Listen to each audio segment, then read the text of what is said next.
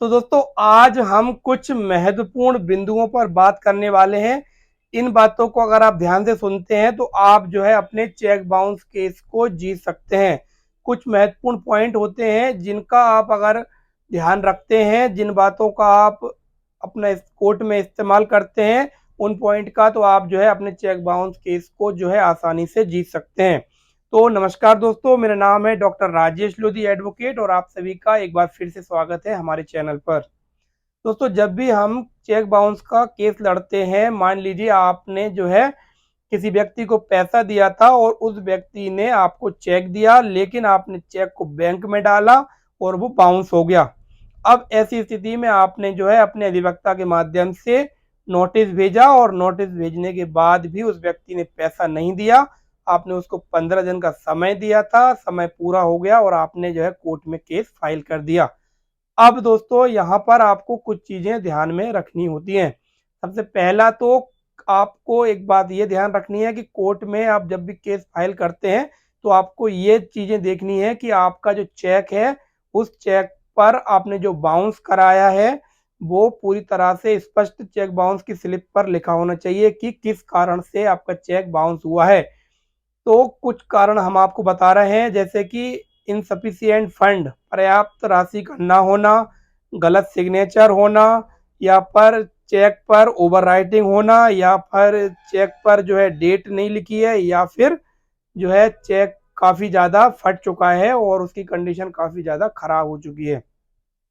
तो पहली चीज़ तो ये है कि अगर दोस्तों ये सारी कंडीशन है तो आपको ध्यान ये रखना है कि आपको जो है कोर्ट में केस फाइल आप करते हैं उस आवेदन पर आपको स्पष्ट जिक्र करना है कि हमने चेक लगाया और इस कंडीशन की वजह से हमारा चेक जो है बाउंस हो गया।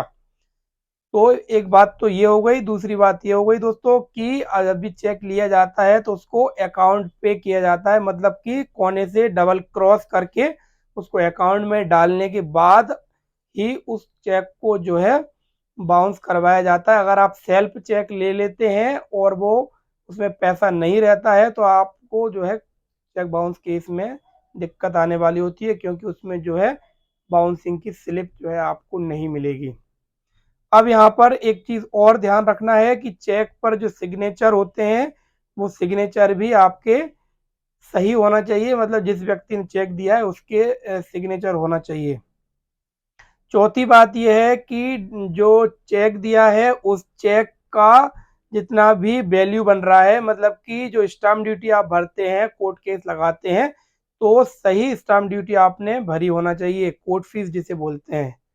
तो दोस्तों सामान्य तौर पर 1 लाख रुपए तक के चेक के लिए 5,000 मतलब कि 5% की कोर्ट फीस जमा होती है। तो इस प्रकार से कुछ महत्वपूर्ण जो बिंदु हैं दोस्तों, इन बातों का अगर आप ध्यान रखते हैं तो आपका जो केस है चेक बाउंस का, आप जो है काफ़ी हद तक उसको जीतने के लिए आप एलिजिबल हो जाते हैं।